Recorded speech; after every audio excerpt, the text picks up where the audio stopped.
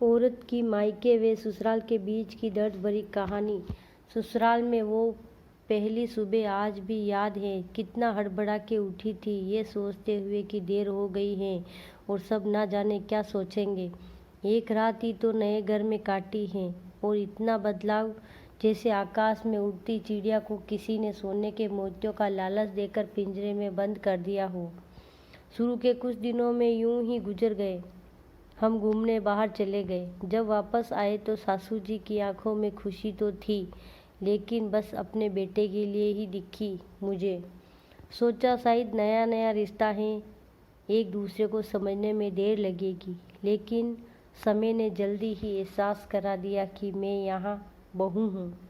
जैसे चाहूँ वैसे नहीं रह सकती। कुछ कायदा मर्यादा जिनका पालन मुझे करना होगा। धीरे धीरे बात करना, धीरे धीरे हंसना, सबके खाने के बाद खाना, ये सब आदत जैसे अपने आप ही आ गई। घर में माँ से भी कभी कभी ही बात होती थी। धीरे धीरे पियर की याद सताने लगी। ससुराल में पूछा तो कहा गया अभी नहीं, कुछ दिन बाद।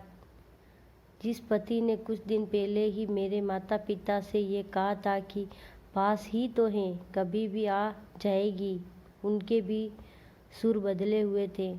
अब धीरे धीरे समझ आ रहा था कि शादी कोई खेल नहीं है।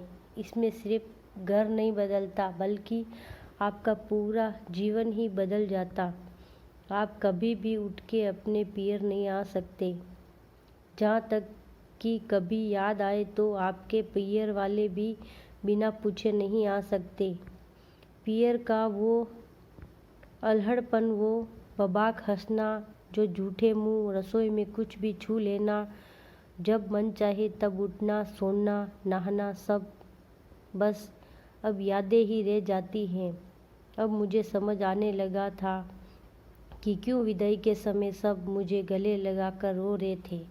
असल में मुझसे दूर होने का एहसास तो उन्हें हो ही रहा था, लेकिन एक और बात थी जो उन्हें अंदर ही अंदर परेशान कर रही थी कि जिस सच से उन्होंने मुझे इतने साल दूर रखा, अब वो मेरे सामने आ ही जाएगा। पापा का ये झूठ कि मैं उनकी बेटी नहीं बेटा हूँ, अब वो दिन नहीं छुप पाएगा। उनकी सबसे बड़ी चिंता ये थी, उनका ये बेटा जिसे कभी होने का एहसास ही नहीं कराया, जीवन के इतने बड़े सच को कैसे स्वीकार करेगा। माँ को चिंता थी, उनकी बेटी ने कभी एक गिलास पानी का नहीं उठाया तो इतने बड़े परिवार की जिम्मेदारी कैसे उठाएगी। सब इस विदाई और मेरे पराये होने का मर्म जानते थे, सिवाय मेरे। इसीलिए सब ऐसे रो रहे थे जैसे मैं डोली में नहीं, अर्थी में जा रही हूँ। आज मुझे समझ आया कि उनका रोना गलत नहीं था। मेरे समाज का नियम ही ये है, एक बार बेटी डोली में विदा हुई तो फिर वो बस मेहमान ही होती हैं घर की। फिर कोई चाहे कितना भी क्यों ना कहे, लेकिन ये घर आज भी उसका है। सच तो ये है कि अब वो कभी भी यूं ही अपने उस घर जिसे मायका कहते हैं नहीं आ सकती। हजारों समस्या और परेशानी आने पर भी उसी को हल करना है, हंसते हंसते हुए, गम छुपाते हुए। क्या ये तपस्या से कम नहीं है? अनजाने जगह को सुधार कर अच्छा बनाने का काम करना।